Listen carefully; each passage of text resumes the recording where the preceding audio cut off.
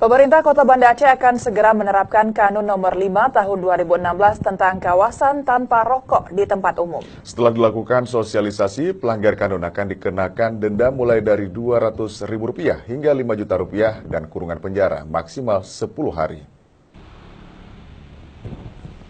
Kawasan tanpa rokok yang ditentukan dalam Kanun Nomor 5 Tahun 2016 meliputi kantor pemerintah dan swasta, kemudian sarana pelayanan kesehatan, sarana pendidikan formal dan informal.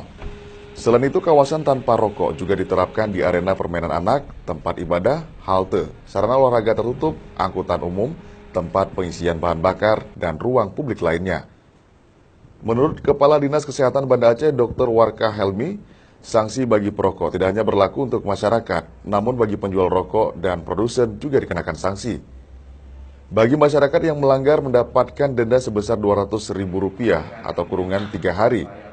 Kemudian bagi penjual rokok di tempat terlarang mendapat denda sebesar Rp500.000 atau 5 hari kurungan. Sedangkan bagi produsen diberikan sanksi dengan denda 5 juta atau kurungan 10 hari.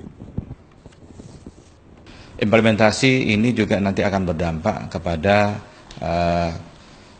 upaya-upaya peningkatan kualitas manusia Kota Banda Aceh atau masyarakat di Kota Banda Aceh ini, di mana kita inginkan